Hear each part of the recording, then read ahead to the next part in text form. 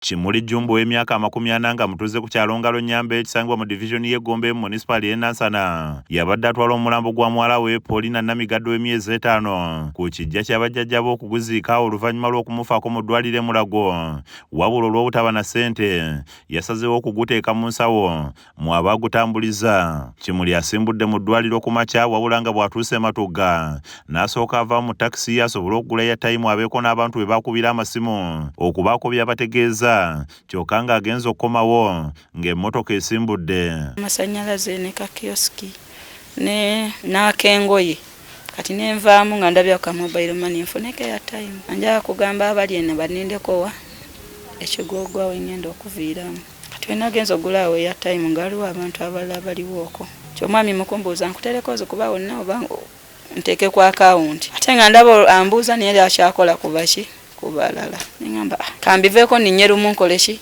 ngende wali kati nkyuka nvaayo nkomawo sibalaba wenkoze ekimbalese. Ono yalinnya taxi namba UBL 14Z okutwala omulambo ku kijja gye gubadde gugenda okuziikibwa era ng'ategeeza nti yagezezaako okulinnya bodaboda agigobe ng'esimbudde wabula n'alemererwa okugikwata. Nampi nanyimirizaawo wa boda yadde atuyiseeko nga agenze n'amuyimiriza ajja n'amunyonyola n'omukyala agenda wano mbadde nsaba okoleki omutwale kati n'angamba bwe tutagisanga mu 14 tulina ogisangawa oba kigogo asooka oba si kyo oba owookubiri 14 tetwagisanzeewo kigogo n'asooka tetwagisanzeewo tuvuga kigogo wa Kaddu tetwagisanzeewo netumalayo paka wali wansi waliwo ku kigwogwa kya Mutebiraawo nga tetulina kye tulaba. Ono agamba nti yatuukiridde abafamire gy'abadde atwala omulambo okuguziika n'abannyonnyola ekituuseewo wabula ne bagaana okukkiriza. Byonna nabiwulidde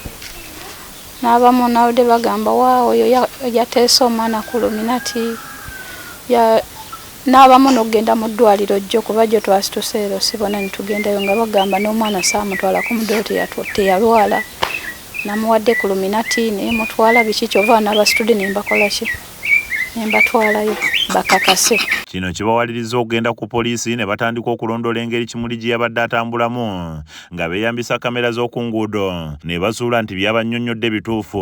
Omwami n'atugamba tusobola ofunako omuntu ne batulagirira ekyasinze otwaleyo ng'abamu balowooza oba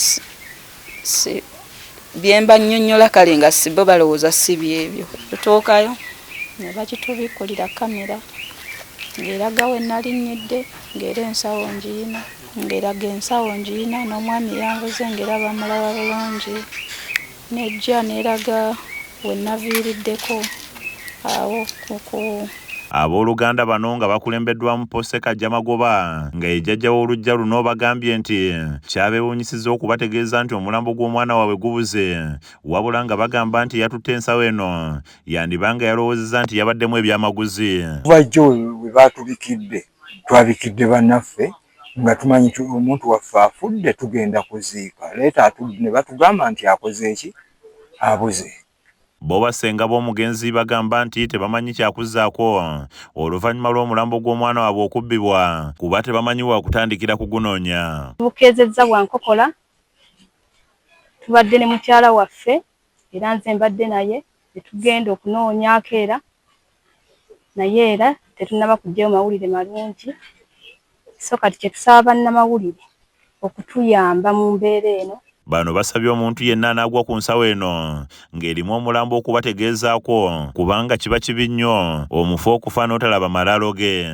Tusaba omuntu yenna anaalaba ku mwana oba baamusudde oba aliriddawa nga muwala wa myezi awo 45 batukubire ku masimu oba bamutwale ku poliisi erinaanyeewo. Zawedde Hindu yakusakidde emboozi eno ku lwa KSTV Agalero.